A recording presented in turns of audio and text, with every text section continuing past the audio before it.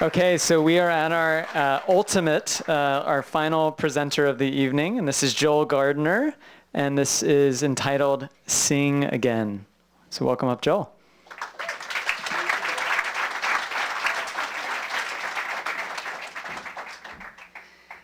I think what is so fascinating before we start is some things just keep bouncing around in my head, like 10,000 photos, that's come up a couple of times. 30 years, that's come up a couple of times. Connections like Bill's house in Newton. I just moved here from Newton in June. So it's like there's so much community that we don't even know about. And I'm so happy to be a part of what we're doing here tonight. So thank you all for coming.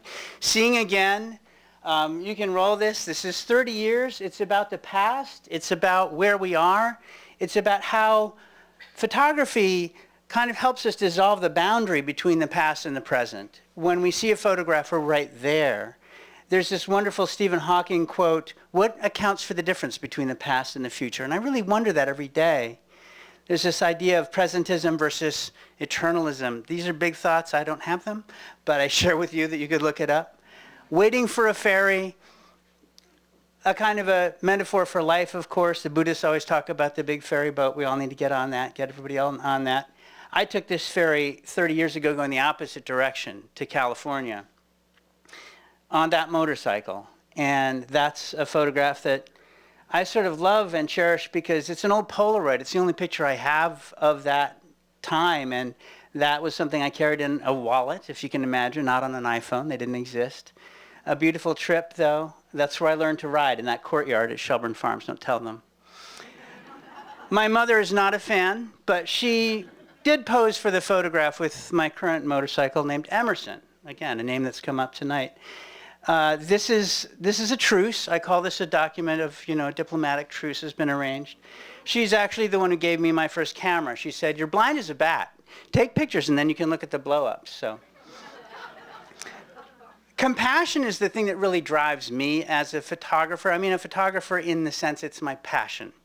At one point I did interior and architectural photography and all kinds of technical things, but right now I just look.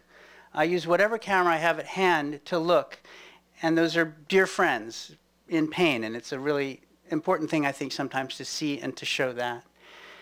The past always comes into and informs what we are seeing now, as does the future. This flower was in the backyard here this summer at a time when a dear friend passed away, and that was my father. Snapshots, of course, we all have them. I love here this idea that a photograph captures the thing that is unintended to be signaled, and in this case, my older son, who's shorter in the photo here, is crouching down, and he's essentially doing this performative hug-love thing of his brother, and they do love each other, but it's amusing to me to see that, and yet it's also true. The past isn't just a linear progression to a future through this present. In the present we're looking back and we're looking forward all the time. And when I cleaned out this closet, I came across this old typewriter, which is the same model my father used to use. I bought it at a tag sale. And it kind of caught me in that thought.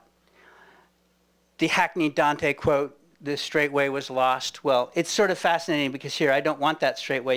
Maybe you can see the curly little things on the map there. That's what I'm always looking for when I'm out in the world. And that's the way that time for me is recursive and how photography feeds that.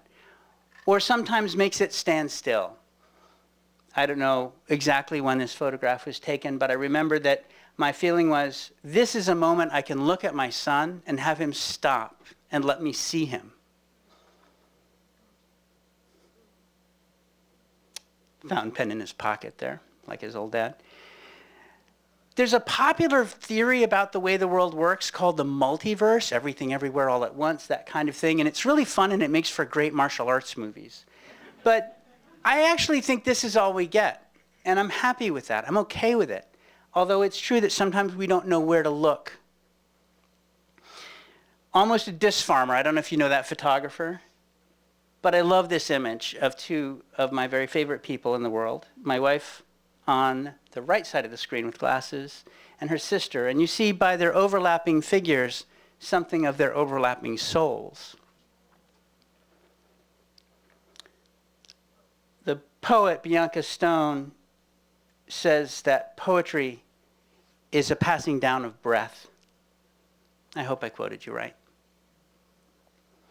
This is an excerpt for something that we're doing, and I don't know what it is.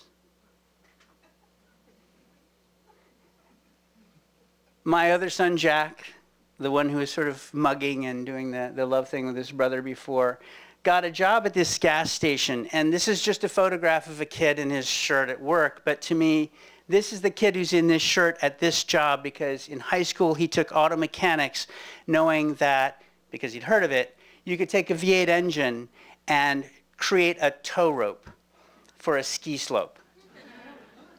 I said, go with it. That's your dream. The brutality of the things that we pass, the things that impinge upon our consciousness, the kind of sublime terror of traveling places we don't know. That was Florida, Massachusetts, so they have snowplows in Florida.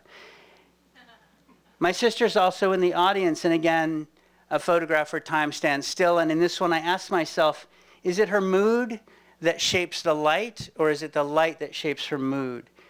There's so much here that is just about that stillness. This photograph of my wife just appeared on a shelf one day when I was looking for something to read. And I sort of love everything about it. It's from before I met her. I mean, years before. She's a dancer. I love even the way the glass is slipping in the frame. And here sometimes the dancer is the danced. Yeah, that was a particularly insistent cat on being taken care of. A lot of what I consider so valuable and important about the photographs we take every day, the ones we work very hard to take, the ones that we just take casually, is this kind of way in which it's a conversation between love and mortality.